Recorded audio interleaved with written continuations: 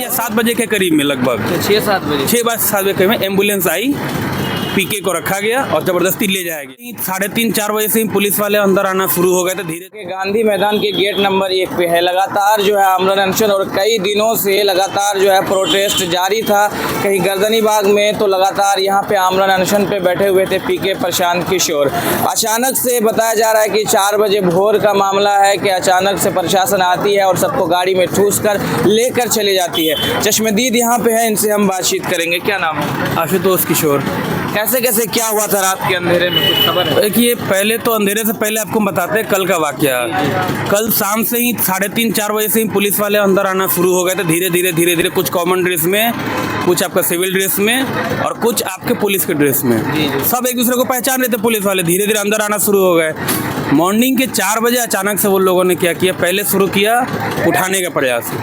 तो जितने लोग सोए हुए थे स्टेज पे, जो गांधी मूर्ति के नीचे, ठीक उनके पैरों के नीचे, वहाँ पे सबको पहले उठाया गया, ज़बरदस्ती उठाया गया और उस भयंकर ठंड में पहले ब्लैंकेट हटाया गया, नीचे से तोशक हटाया गया, जो भी आपका पतला दुबला था सबको उठाया गया और उसी टाइम उनको डिटेन करने की कोशिश की गई। जब उस टाइम वो नहीं हो पाए, 1 से 1.5 घंटे के बाद 6 या 7 बजे के करीब में लगभग 6-7 बजे 6 बजे करीब में एम्बुलेंस आई, पीके को रखा गया और ज़बरदस्ती ले जाया गया। जब लोग नहीं माने, लोग एम्बुलेंस के आगे जाके सो गए, हम जाने ही नहीं देंगे पीके को, पीके का तबीयत खराब हो, वो लोग बोल रहे कि पीके का तबीयत खराब है, ये है वो है कुछ, तो इसलिए एम्बुलेंस लाया गया कि एम्बुलेंस, हाँ इसलिए एम्बुलेंस को, और वो एम्बुलेंस लाया गया, एक्चुअली उनको डिटेन करना एक बहाना था। वो आए, लोग एम्बुलेंस के आगे आके सो गए कि हम जाने नहीं देंगे। फिर लोगों के ऊपर बल पूर्वक लाठीचार्ज वगैरह किया गया, मारा गया, पीटा गया, सबको पूरा तीतर बितर कर दिया गया, भगाया गया और अभी फाइनली उनको डिटेन कर लिया गया है कि पीएमसीएच ले गया गया है, कि आईजीएमएस ले जाया गया, कि एनएमसीएच ले, कुछ पता है नहीं किसी को भी। सब बस अंदाजा लगा रहे, सब अपने अपने सोर्स से इधर उधर घूम रहे हैं कि कहाँ पे है पीके, कुछ तो पता चले। एम्बुलेंस में जो लेकर के गए वो लोग कौन थे ले जाने वाले? सब भैया, जब भी कोई डिटेन करने आती है पुलिस तो हमेशा सिविल ड्रेस में आती है, जैसे दिखाती है कि हम कॉमन आदमी हैं और हम पीएमसीएच के आदमी, हम एनएमसीएच के आदमी, हम आपके अस्पताल के आदमी हैं, बट वो होते नहीं है। इसके पहले भी रोहित सर को उठाया गया था तो आपके सिविल ड्रेस में आई थी और स्कॉर्पियो से गुंडों की माफी को उठा करके लेके चली गई थी। वो लोग हमेशा सिविल ड्रेस में आते, कभी पुलिस ड्रेस में उठा करके नहीं आते। पुलिस उनके चारों बगल रहती है। एम्बुलेंस को कौन सा पुलिस देता है सिक्योरिटी, जरा बताइए? जाहिर सी बात है कि उसमें कोई ना कोई पुलिस वाले ही हैं। अब पुलिस वाले इतने थे, मतलब आपको बता नहीं सकते। सबको मारा पीटा गया, हटाया गया, ज़बरदस्ती धक्का दिया गया। बहुत सारा वीडियो वायरल भी है अभी यूट्यूब पे, यूट्यूब खंगालेंगे मिल भी जाएगा।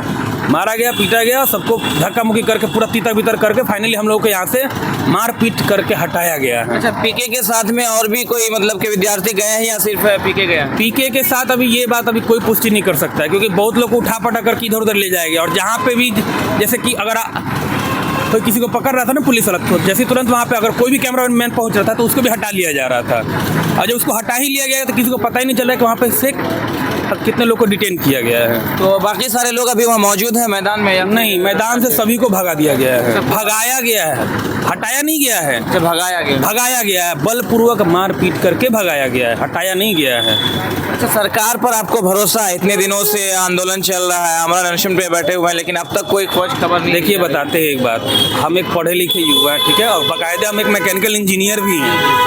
आपको मैं एक बात बताता हूँ, ऐसा लग रहा है ना, जो हाल हम लोग का 18 तारीख से चल रहा है बिहार में, ऐसा लग रहा है कि पुलिस स्टेट बन चुका है बिहार। नीतीश कुमार कान में रुई डाल दिए हैं, कुछ उनको सुनाई नहीं दे रहा है। बिहार पूरा ब्यूरोक्रेट के भरोसे है और हमको लग रहा है ना कि ऐसा, मतलब जहाँ तक मेरा अंदाजा है कि वही ब्यूरोक्रेट लोग पूरा सीट बेचे हुए हैं, इसलिए इतना बर्बरतापूर्ण तरीके से हम लोगों को मारा जा रहा है। इंसान नाम का कोई चीज़ है नहीं उनके अंदर, जैसे हम लोग इंसान नहीं है।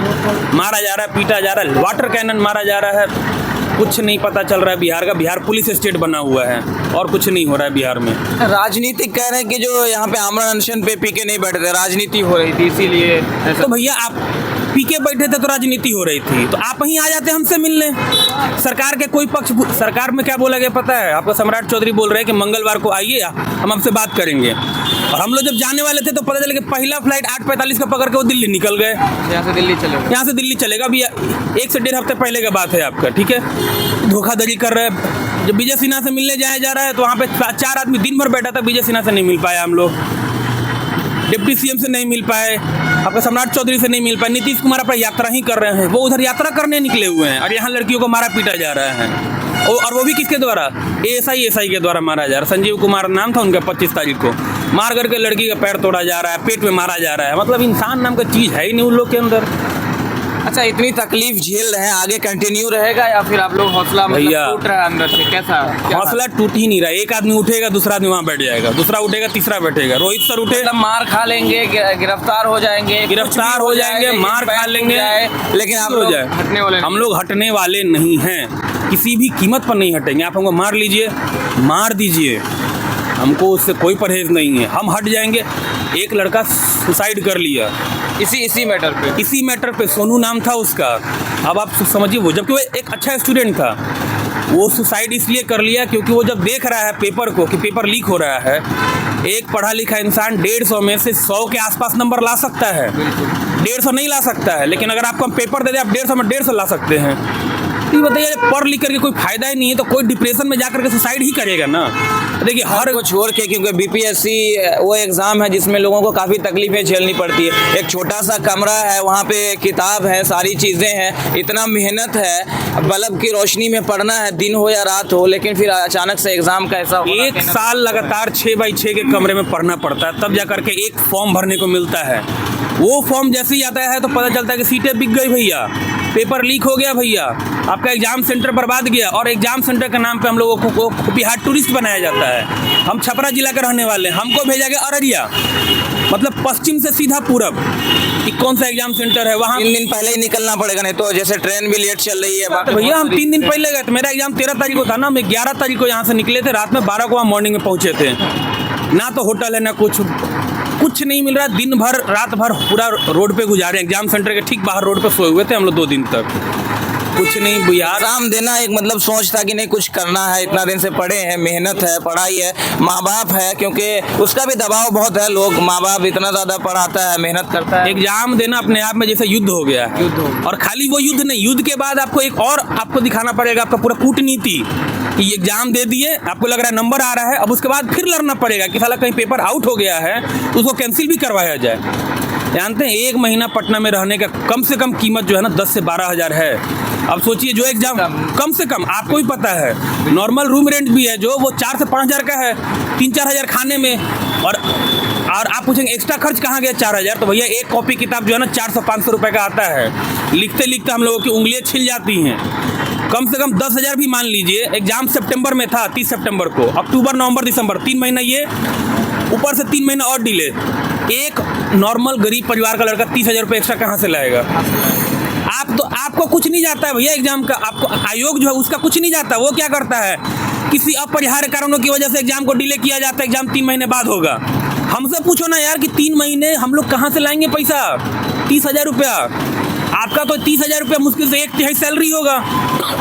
1/3 सैलरी से ज़्यादा और कुछ नहीं। हमारे लिए भैया 30 हज़ार रुपये पूरे साल का बचत होता है। ऊपर से क्या पता चलता है कि एग्जाम देते तो एग्जाम डिले, एग्जाम आपका पेपर लीक। बापू सभागार में जो बापू परीक्षा परिसर था उसका भी वही हाल हुआ। ये कुप्रशासन किसका है? जाहिर होता है कि ये पूरा का पूरा जिम्मा नीतीश कुमार को लेना पड़ेगा। और जो लोग बोलते हैं कि राजनीति हो रही है, हम मान लिए राजनीति हो रही है, बहुत बढ़िया बात है, बजाओ ताली, ये आपका राजनीति हो रहा है। तो सम्राट चौधरी जी, विजय सिन्हा जी, आपका नीतीश कुमार, आप ही लोग में से कोई एक आदमी आ जाते हैं कि भैया बताओ क्या दिक्कत है, तुम मत बैठो मेरे सरकार के खिलाफ। आप आए नहीं, किसी और को बैठने नहीं दे रहे हैं, फिर बोले कि राजनीति हो रही है। भारत या दुनिया का कोई भी राष्ट्र हो, किसी भी समस्या का हल बिना राजनीति से गए नहीं सुलझ सकता है। और ये लोग सुलझने देना नहीं चाहते हैं। हम आखिर किसके पास जाएंगे? सरकार के पास आप जाने नहीं दे रहे हैं, विपक्ष को बोले राजनीति हो रही है, तो कोई तो आएगा हमारी बात सुनने के लिए। पीके साहब आए, आपने उनको 3 से 4 दिन के बाद आपको डिटेन कर लिया गया। इसके पहले पूरा जो आपका सड़क था सर से भर दिया गया था, पूरा लोग भरा हुआ था। यहाँ पे स्टूडेंट आए हुए थे लगभग 30-40 हज़ार से ऊपर। पूरा जेपी गोलंबर जाम था। वाटर कैनन आपको दागा गया है, शाम के 6 बजे वाटर कैनन इस भयंकर ठंड में। मैंने लड़कियों के कपड़े फटे, लड़कों के कपड़े फटे, किसी का हाथ टूटा, किसी का कुछ। मतलब इज्जत जो है बेटियों की नीलाम हो जाए चलेगा, लेकिन लाठीचार्ज, इज्जत बेटियों की नीलाम हो जाए वो भी चलेगा। एक माँ का कोख सुना हो जाए। जो सोनू कुमार है वो ऐसा नहीं कि बहुत संभ्रांत परिवार का था, बहुत गरीब परिवार का था वो। उसकी माँ आज के डेट में जाकर के पूछ लीजिए उसका क्या हाल है। सोनू कुमार मर गया, ठीक है, और माफ़ कीजिएगा, वो मरा नहीं, उसका मर्डर हुआ है। मर्डर हुआ। ठीक है, एक माँ का कोख सूना हो गया, एक भाई का राखी चला गया, एक भाई का बाँह चला गया, एक बाप का पूरा सपना खत्म हो गया। लेकिन नीतीश कुमार जो है आराम से काम, अपना सपना नहीं छोड़ने वाले। वो लोग अपना सपना नहीं छोड़ने वाले, क्योंकि अगले साल चुनाव है ना। ऐसा लग रहा है कि हजारों करोड़ का घोटाला चल रहा है ये। वन ऑन वन 18 तारीख से एक विद्यार्थी ये बोल रहा है कि कोई भी सरकार में जिसको लग रहा है कि पेपर लीक नहीं है, पैसा ये नहीं है, आप बोलते हैं कि सबूत लाओ मेरे से। एग्जाम देने के पहले 11 बजे हम लोगों को एंट्री कराया जाता है। 11 बजे एंट्री के पहले बैग पूरा का पूरा ऊपर से लेकर एक्सरे जांच किया जाता है हम लोगों का कि कुछ है तो नहीं कलम के अलावा। एटीएम ले जाने नहीं जाने दिया गया था मेरे सेंटर पे। क्यों? एटीएम में चिप है भैया, इससे कुछ हो जाएगा। मतलब भैया अगर मेरे एटीएम में चिप है तो फिर तुम्हारा जैमर किस काम का है? कुछ नहीं, सिवाय 11 बजे के बाद एंट्री बंद हो गया था। अब फिर आप हमसे करेंगे तुम सबूत ला करके दो।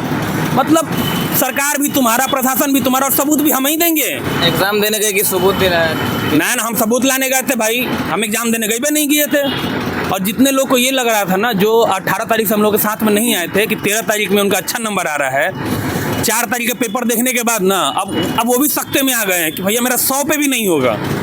मेरा खुद 104 105 आ रहा है, लेकिन फिर भी हम आ रहे हैं। तो हमको पता है कि प्रीलिम्स वाले हो भी जाए, मेंस नहीं होगा। 64 बीपीएससी 63 बीपीएससी की तरह मेंस की कॉपी बाहर लिखा जाएगा, तब क्या कर लेंगे हम?